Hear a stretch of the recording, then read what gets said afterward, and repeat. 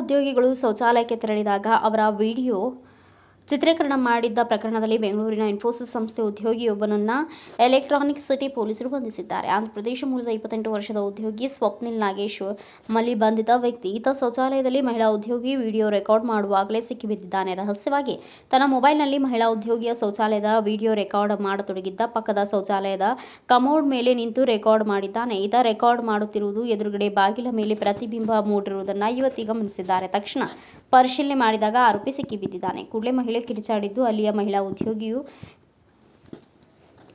ಕ್ಷಮೆ ಕೇಳಿದ್ದಾನೆ. ಅನಂತರ ಈ ಹಂತದಲ್ಲಿ HR ಸಿಬ್ಬಂದಿ ಆಗಮಿಸಿ ಆರೋಪಿಯ ವಿಡಿಯೋ ಪರಿಶೀಲನೆ ಮಾಡಿದಾಗ ಸಂತ್ರಸ್ತೆಯ ವಿಡಿಯೋ ಜೊತೆಗೆ ಸುಮಾರು 30ಕ್ಕೂ ಅಧಿಕ ಮಹಿಳೆಯರ ವಿಡಿಯೋ ಪತ್ತೆಯಾಗಿದೆ. ಆದರೆ ಕಠಿಣ ಕ್ರಮಕ್ಕೆ ಮುಂದಾಗದೆ ಇನ್ಫೋಸಿಸ್ ಆಡಳಿತ ಮಂಡಳಿ ಉದ್ಯೋಗಿಯ ಕ್ಷಮೆ ಕೇಳಿಸಿ ಪ್ರಕರಣವನ್ನು ಮುಚ್ಚಿ ಹಾಕಲು ಮುಂದಾಗಿತ್ತು. ಆದರೆ ಮಹಿಳಾ ಉದ್ಯೋಗಿ ಪತಿಗೆ ವಿಚಾರ ತಿಳಿದು ಗಲಾಟೆ ದೊಡ್ಡದಾಗಿದ್ದು ಇನ್ಫೋಸಿಸ್ ಕಂಪನಿ ಬಳಿ ಮಹಿಳೆಯ ಪತಿ ಆಕ್ರೋಶ ವ್ಯಕ್ತಪಡಿಸಿದರು. ಬಳಿಕ ಮಂಗಳವಾರ ಎಲೆಕ್ಟ್ರಾನಿಕ್ ಸಿಟಿ ಪೊಲೀಸ್ ಠಾಣೆಯಲ್ಲಿ ದೂರು ನೀಡಿದರು. ದೂರು ಆಧರಿಸಿ ಇಂದು ಎಲೆಕ್ಟ್ರಾನಿಕ್ ಸಿಟಿ ಪೊಲೀಸರು ಆರೋಪಿಯನ್ನು ಬಂಧಿಸಿದ್ದಾರೆ.